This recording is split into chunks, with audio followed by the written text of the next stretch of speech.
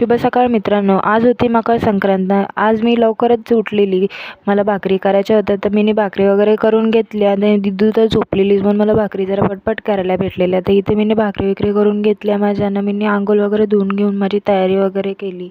आज मकर संक्रांत होती म्हणून मी चांगली साडी लावलेली म्हणजे अशी छानशी. तर मी नाश्ता वगैरे इथं करून घेतला. दिदू पण उठलेली तर तिला पण मी ब्रेडनं चहा दिला नाश्त्याला. तिची अंघोळ वगैरे धुवून घेऊन माझी कामं पण मी पटपट उरकून घेतली.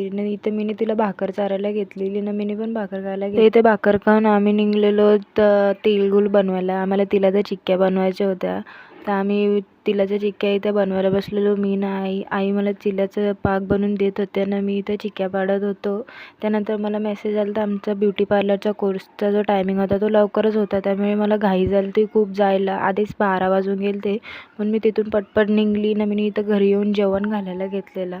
तर इथे मी जेवण बिवण घालून घेतलं ना. मी तयारी करून जायला निघलो. तर इथं मी क्लासला मॅडम आम्हाला हायलाईटचं शिकवणार होत्या तर त्या थोडीशी माहिती दिली. त्या क्लासवरशी येऊन मी इथे दिदूला येऊन झोपवली. त्याच्यानंतर मी जेवण वगैरे घेऊन कामं उरकायला घेतली. मला पुऱ्या बनवायच्या होत्या. त्या पुऱ्यांचं पीठ मळून ठेवलेलं. त्यानंतर मी दिदूला घेऊन गेलो पतंग घेऊन द्यायला खेळायला. कारण सगळ्या पोरांच्या हातात बघून तिला पण हवे झाले. त्याच्यानंतर संध्याकाळी दिवाबत्ती करून मी इथं पुऱ्या लाटायला घेतलेल्या आणि एक कढी भाजी घालून घेतलेली मी.